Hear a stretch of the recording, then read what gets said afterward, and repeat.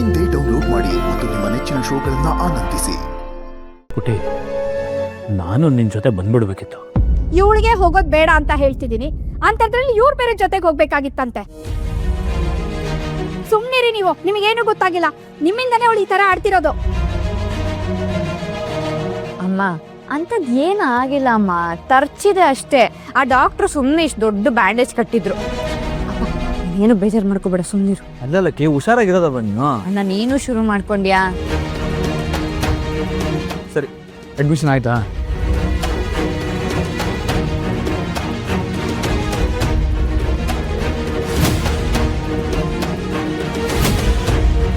ನಿನ್ನ ಟೈಮ್ ಸರಿ ಇಲ್ಲ, ನೀನು ಸೀಟ್ ಕಳ್ಕೊಂಡಿದ್ಯಾ. ನಿನ್ನ ಕನಸು ನುಚ್ಚುನೂರಾಗೋದಕ್ಕೆ ಈ ಧರ್ಮರಾಜ ಬಿಡಲ್ಲ. ಅದೇ ಕಾಲೇಜಲ್ಲಿ ನಿನಗೆ ಸೀಟ್ ಸಿಗುತ್ತೆ.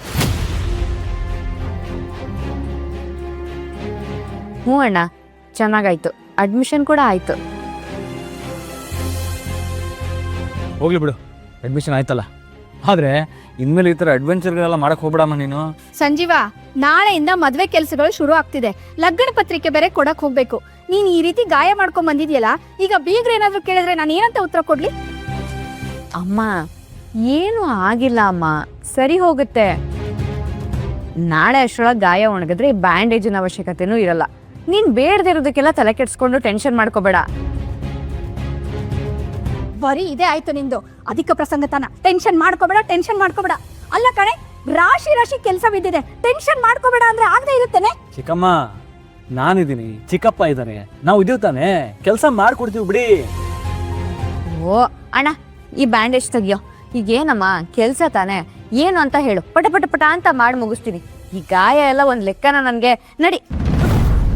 ಇದನ್ನೇ ಅಧಿಕ ಪ್ರಸಂಗತನ ಅಂತ ನಾನು ಹೇಳಿದ್ದು.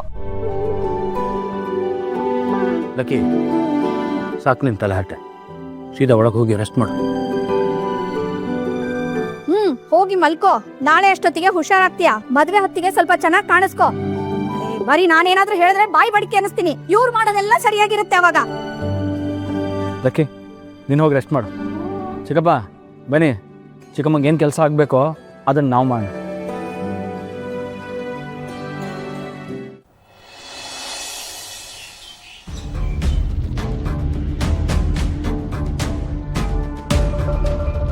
ರೀ, ನಾವು ಬಂದಿರೋದು ನಮ್ಮನೆ ಮದ್ವೆ ಕೆಲ್ಸಕ್ಕೆ. ಜಾಸ್ತಿ ಮಾತಾಡಬೇಡಿ ಅಲ್ಲಿ. ನಾವು ಹೆಣ್ಣಿನ ಕಡೆಯವರು, ಯಾವಾಗಲೂ ಕೆಂಡದ ಮೇಲೆ ನಡೀತಿರ್ತೀವಿ ಅನ್ನೋದು ನೆನಪಿರ್ಲಿ. ಅರ್ಥ ಆಯ್ತಾ? ಬನ್ನಿ. ಅಣ್ಣ, ಅಡಿಗೆ ಆಗಿಲ್ಲ, ಮುಂದಕ್ಕೆ ಹೋಗಮ್ಮ. ಪಾಪ ಕೇಳಿಸಿಲ್ಲ ಅನ್ಸುತ್ತೆ. ಬೀಗ್ರೆ, ಓ ಬೀಗರು, ಬನ್ನಿ ಬನ್ನಿ ಬನ್ನಿ ಬನ್ನಿ. ಏ ಗೌರ, ಬೀಗರು ಬಂದವ್ರೆ, ಬಾರೆ ಹೊರಗಡೆ. ಲೋ ಕಿಟ್ಟಿ, ನಿಮ್ಮ ಅತ್ತೆ ಮಾವ ಬಂದವ್ರೆ, ಕೆಳಗಡೆ ಬಾರ್ಲ. ತಿರ್ಕುದೆ.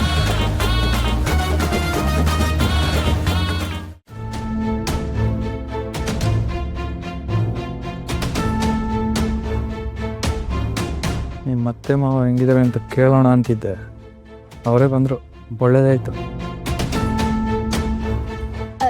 ನಮಸ್ಕಾರ. ಅಳಿಯಂದ್ರೆ ಚೆನ್ನಾಗಿದ್ದೀರಾ?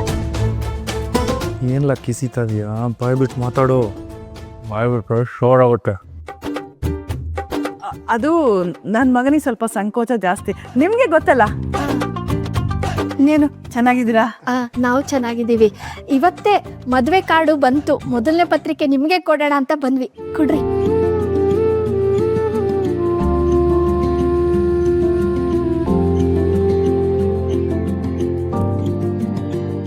ಒಳ್ಳೇದಾಗಲಿ. ಕೆಲಸ ಎಲ್ಲ ಹೇಗೆ ನಡೀತಾ ಇದೆ? ಅಡುಗೆ ಅವ್ರಿಗೆಲ್ಲ ಹೇಳಿದ್ದಾಯ್ತಾ? ಹಾಂ, ನಂಗೆ ಗೊತ್ತಿರೋರು ಒಬ್ರು ಇದ್ದಾರೆ, ಅವ್ರಿಗೆ ಹೇಳಿದ್ದೀನಿ. ಮದ್ವೆಗೆ ಬಂದವರು ಮದುಮಕ್ಕಳನ್ನ ಮರ್ತರು ಒಂದ್ 4 ದಿನ ಆದ್ರೂ ಊಟ ಚೆನ್ನಾಗಿತ್ತು ಅಂತನಾದ್ರೂ ಮಾತಾಡ್ಕೋಬೇಕು. ಹಂಗಿರ್ಬೇಕು ನೋಡಿ. ಹೌದೌದು, ನಮ್ಮ ಕಡೆ ಜಗಳ ಆಗೋದು ಅದರಿಂದ. ಕೊಡೋದು ತಗೊಳ್ಳೋದು ಇಲ್ಲ ಅಂದ್ರೂ ಪರವಾಗಿಲ್ಲ, ಬಂದವ್ರಿಗೆ ಊಟ ಚೆನ್ನಾಗಿರ್ಬೇಕು. ಒಂದು ಎಲೆಗೂ ಏನೂ ಕಡಿಮೆ ಆಗಬಾರ್ದು. ನಿಮಗೇನಾದ್ರು ಬೇಕು ಅಂದರೆ ನನಗೆ ತಿಳಿಸಿ. ಆದರೆ ನೋಡಿ, ಏನೇ ಮಾಡೋದು ಅಚ್ಚುಕಟ್ಟಾಗಿ ಮಾಡಬೇಕು. ನೀವು ಅದರ ಬಗ್ಗೆ ಏನು ಯೋಚನೆ ಮಾಡಬೇಡಿ. ಮಾಡ್ಕೊಡು. ಶ್ರೀ ಕೇಶವ ಪುರೋಹಿತ ಮತ್ತು ನಳಿನಿಯವರ ಪ್ರಥಮ ಪುತ್ರಿ ಲಕ್ಷ್ಮಿಗೂ, ಶ್ರೀ ಸಿದ್ದರಾಜು ಗೌರಮ್ಮನವರ ಮಗ ಕೃಷ್ಣನಿಗೂ ಗುರುಹಿರಿಯರು ವಿವಾಹ ನಿಶ್ಚಯಿಸುವುದರಿಂದ ತಾವೆಲ್ಲರೂ ಬಂದು ಆಶೀರ್ವದಿಸಬೇಕಾಗಿ ಕೋರಿಕೆ. ತಮ್ಮ ಆಗಮನಾಭಿಲಾಷಿಗಳು ಕೇಶವ, ನಳಿನಿ, ಸಿದ್ದರಾಜು, ಗೌರಮ್ಮ ಮತ್ತು ಕುಟುಂಬದವರು. ಎಲ್ಲ ಓಕೆ, ಆದರೆ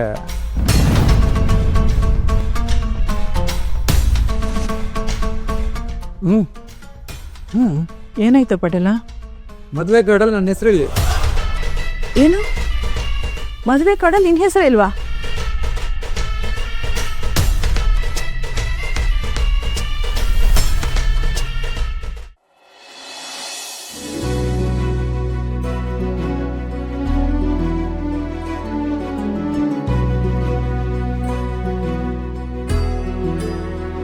ಏಯ್ ಚಂದ್ರಿ, ಆ ಕಿತ್ತೋದ್ ಫೋನ್ ಅಲ್ಲಿಟ್ಟು ಇಲ್ಲಿ ಬಂದು ದೀಪಗಳನ್ನ ಪೇಪರಲ್ಲಿ ಸುತ್ತಿಡ್ಬಾ.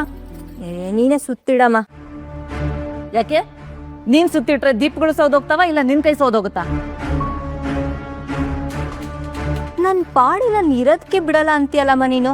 ಅತ್ತೆ, ನೀವೇ ಸ್ವಲ್ಪ ಹೇಳಿ. ಹೋಗ್ಲಿ ಬಿಡು ಕುಮುದ, ನಾನೇ ಸುತ್ತಿಡ್ತೀನಿ. ಅದ್ಗೆ ಅವಳು ಕೊಬ್ಬು ಮಾಡೋದಕ್ಕೂ ನೀವು ಅವಳ ಪರ ಮಾತಾಡೋದಕ್ಕೂ ಸರಿಯಾಗಿದೆ. ಅಮೃತ, ಸ್ವಲ್ಪ ಬಾಮ್ಮ, ನೀನು ಸ್ವಲ್ಪ ಸಹಾಯ ಮಾಡು.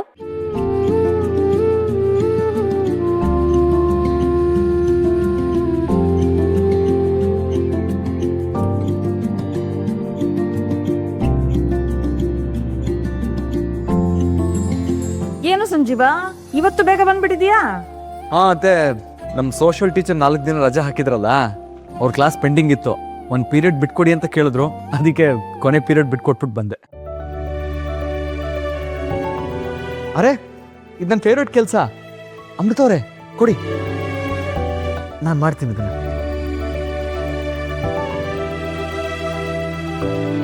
ಕೂತ್ಕೊಂಡು.